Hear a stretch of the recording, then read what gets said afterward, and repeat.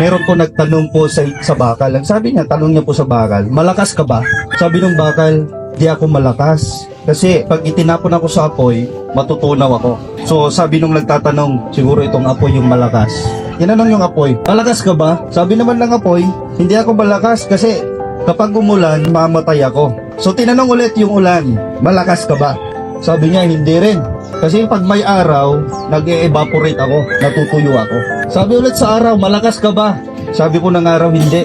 Kasi pag merong ulap, nalililiman ako. Hindi nakaka-penetrate ang aking sinag. Tinanong ko ulit yung ulap, malakas ka ba? Hindi rin ako malakas. Kasi pag merong hangin, nadadala ako. Tinanong ulit yung hangin, malakas ka ba? Hindi ako malakas kasi pag merong mga naglalaki ang bundok, di ko kayang i-penetrate. Nabibiyak ako. Tinanong ulit yung bundok, malakas ka ba? Sabi naman ng bundok, hindi.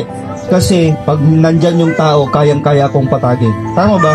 Nakakita na ba kayo ng bundok na kayang patagin ng tao? At tinanong ngayon yung tao, sabi niya, malakas ka ba?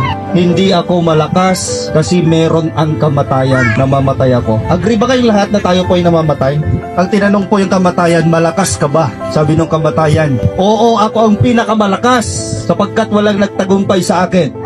Subalit nag-iba po ang kwento nung ang Panginoong Hesus ay ipako sa krus ng Kalbaryo sapagkat muli siyang nabuhay mula sa mundo ng mga patay. Kaya napagtagumpayan po ng ating Panginoong Hesus ang kamatayan.